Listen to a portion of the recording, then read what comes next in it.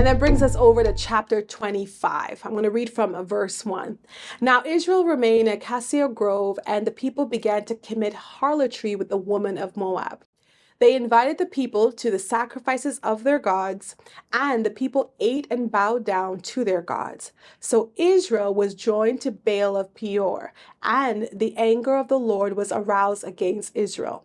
Then the Lord said to Moses, "Take all the leaders of the people and hang the offenders before the Lord out in the sun, that the fierce anger of the Lord may turn away from Israel." So Moses said to the judges of Israel, "Every one of you kill his men who were joined to Baal of Peor." Here we see the Lord passing a judgment on Israel because of the close relation between the women of Moab and some of the men of Israel. The woman of Moab came among the men of Israel and seduced them to both sexual sin and also to idolatry. It says that they bowed down to their gods. They were joined to Baal. And all that God is doing, preparing them to take the promised land, moving them towards Canaan, here a section of the Israelites joined to a pagan god. Baal was the great Canaanite fertility god, and the Israelites were in constant temptation of worshiping this God.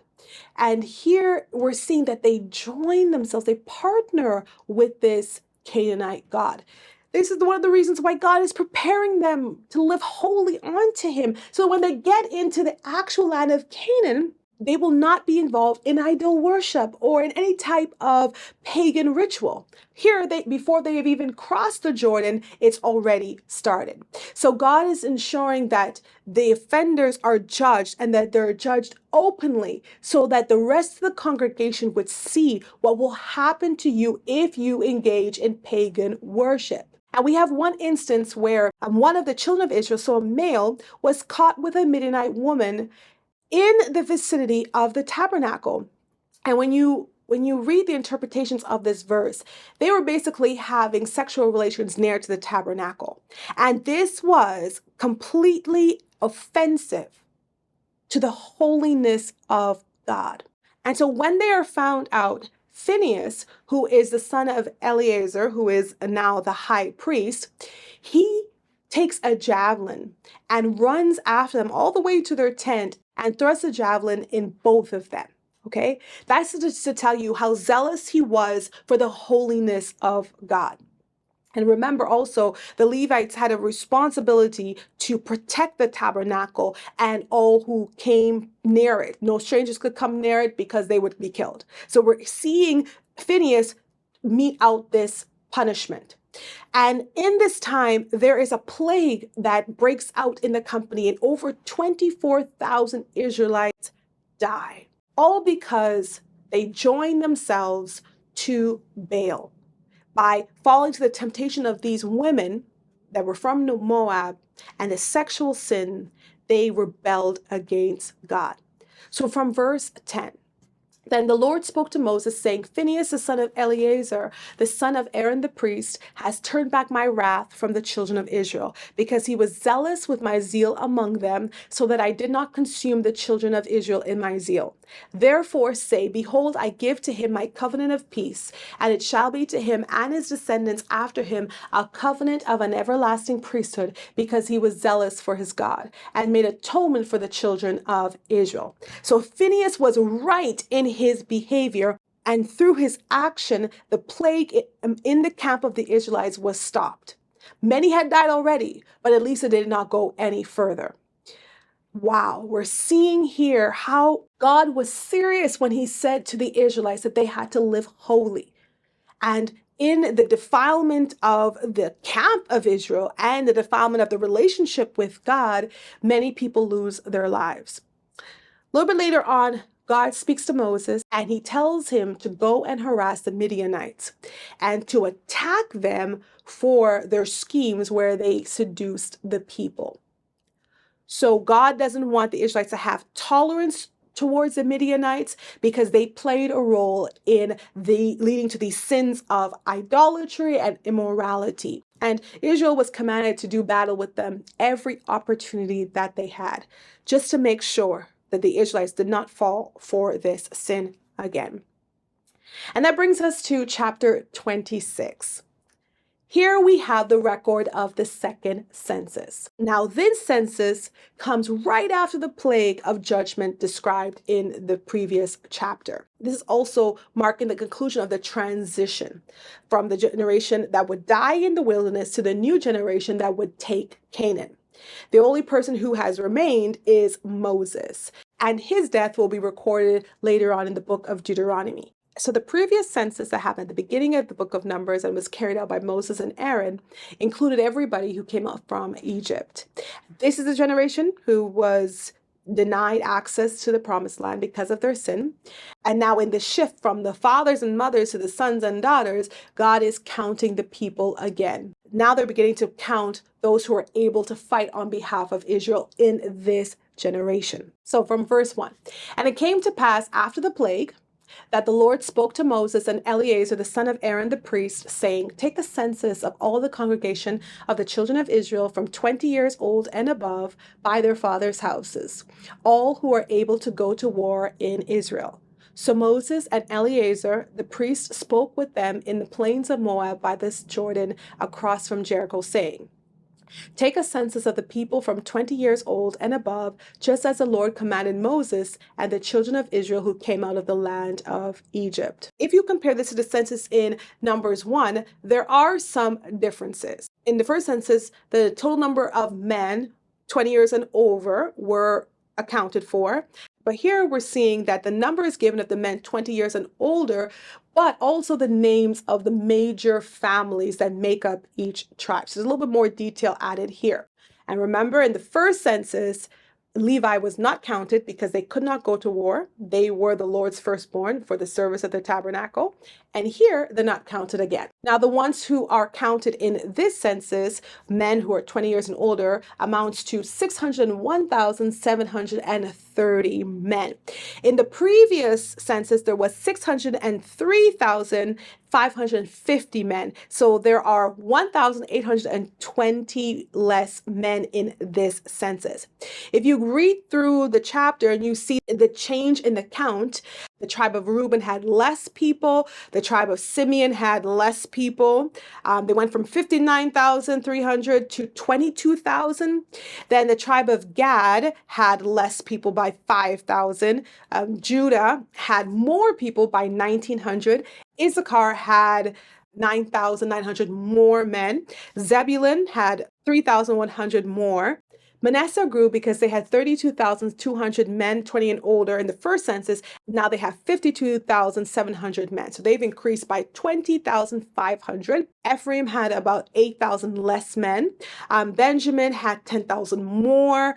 Dan had 1,700 more. Asher had 11,900 more, and Naphtali had 8,000 less. Okay, so we can see when you add everything up together, there was 1,820 less men in the second census as compared to the first. In addition to knowing how many men that were available to fight for Israel, this was important for the allotment of land, because the Lord wants the Israelites to have a land in Canaan, and large tribes would have gotten more land because they have more families to take care of, and smaller tribes would have had less land. When the Levites were counted, not just 20 years and above, but 1 month and above, they had 23,000 males. They were not going to receive an inheritance of land, so this was more for organization's sake. So reading from verse 63, these are those who were numbered by Moses and Eleazar the priest, who numbered the children of Israel in the plains of Moab by the Jordan across from Jericho. But among these were not a man of those who were numbered by Moses and Aaron the priests when they numbered the children of Israel in the wilderness of Sinai. For the Lord had said of them, they shall surely die in the wilderness. So there was not left a man of them except Caleb the son of Jephunneh and Joshua the son of Nun. So the Bible is clear. In this census, not one person from the old generation is counted. They have all died out except for Moses, Caleb, and Joshua. As we move over to chapter 27, we're going to encounter a cutting-edge story within the book of Numbers. There is a man who has daughters, and they are the daughters of Zelophehad. Now, the father died in the wilderness and he had no sons. So the daughters go to Moses and Eleazar the priest and the leaders of the congregation asking for their father's inheritance. But normally the male would inherit whatever the father left. And especially now, as they're about to get allotment of land, this is important. And the daughters say to Moses that their father was not one of the company that rebelled against Moses and the Lord with Korah, if you remember that account, but he died in his own sin. And Moses brings their case to the Lord. And so from verse 6, and the Lord spoke to Moses, saying, the daughters of Zelophehad speak what is right. You shall surely give them a possession of inheritance among their father's brothers, and cause the inheritance of their father to pass to them.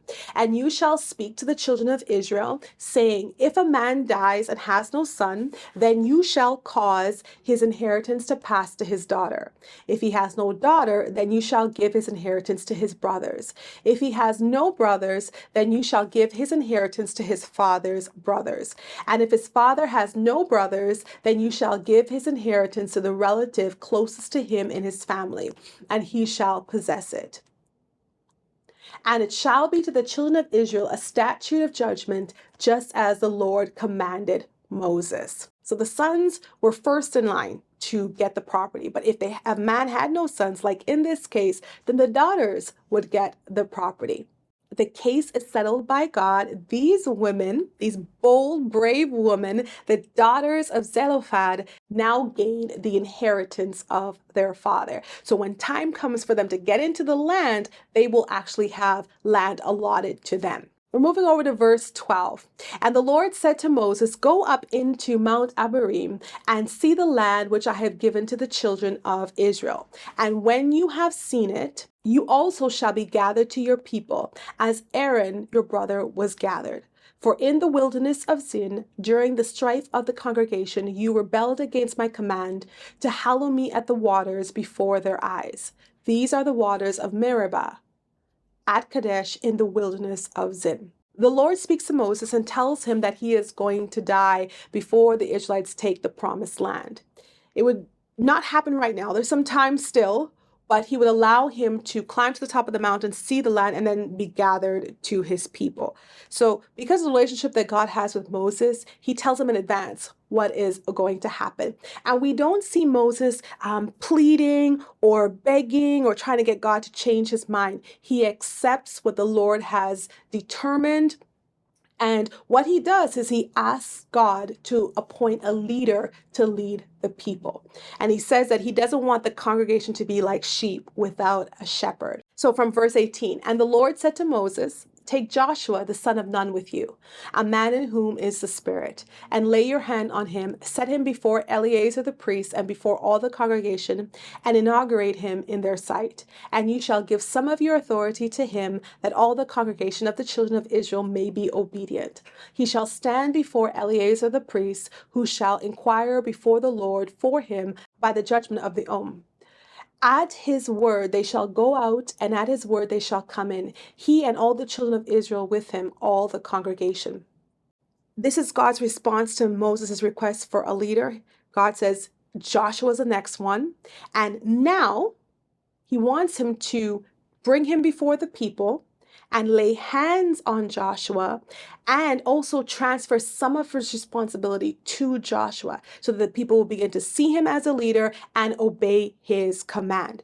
Moses does what the Lord commands him. He takes Joshua, sets him before Eleazar and the congregation, and lays hands on him. And the word that is used is inaugurate, allows him to start his service just as the Lord commanded. Now, interestingly, Joshua, we've heard about him before. We've seen him in battle. We've seen him with Moses. He stayed in the tabernacle of meeting after Moses departs.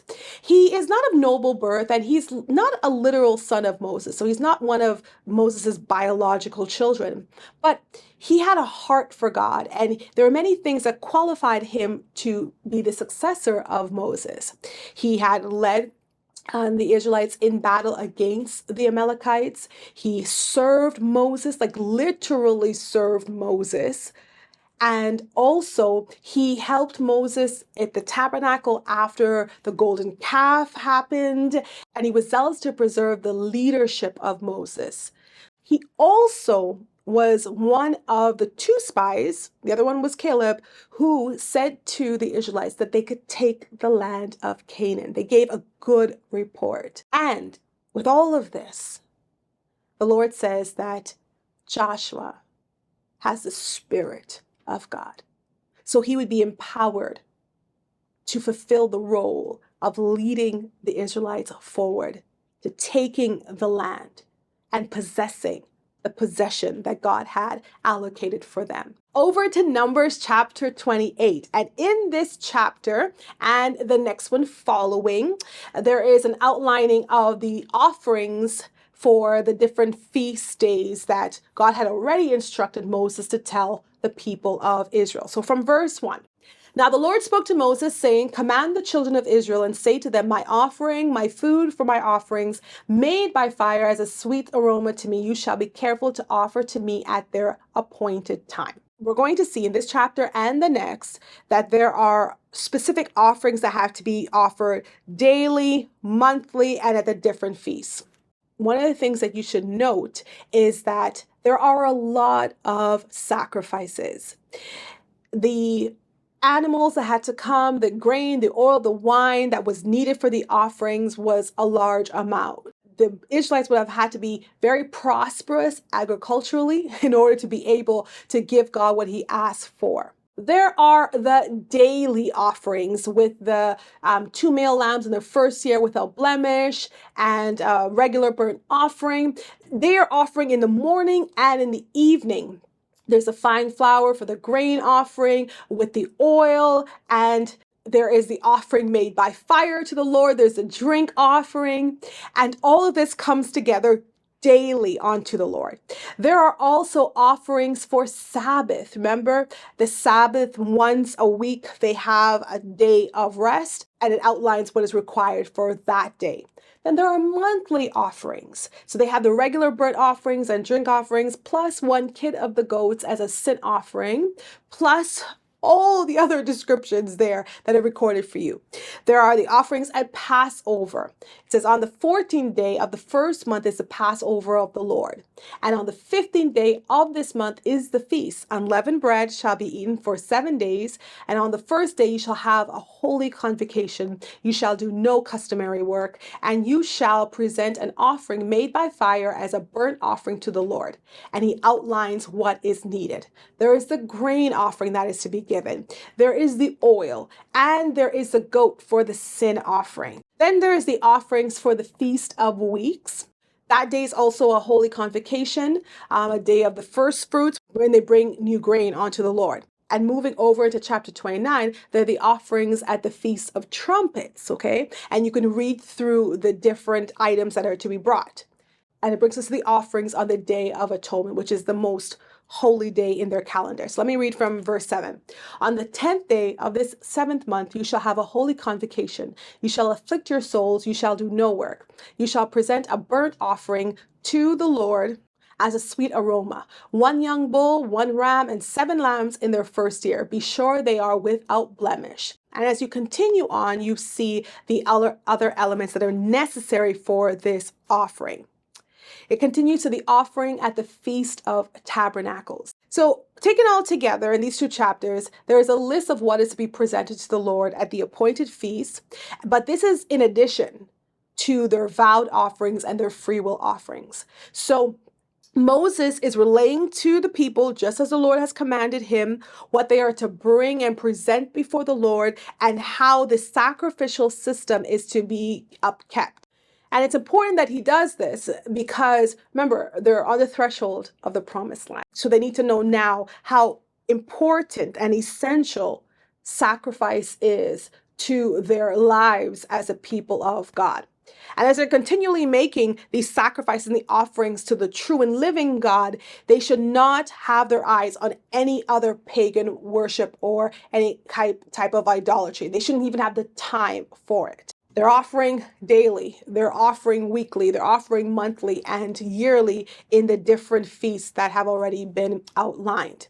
So this is to show their dependence on God and their honor to God. And when you add it all up, for Israel to obey what God commanded, every year the priest would have to sacrifice at least 1,086 lambs, 113 bulls, 32 rams, more than a ton of flour, and more than 1,000 bottles of oil and wine. That is a lot, okay?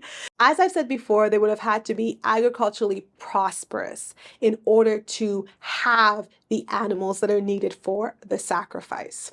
And if they obey God, listen, they will continue to flourish and they will continue to thrive with the blessings of God.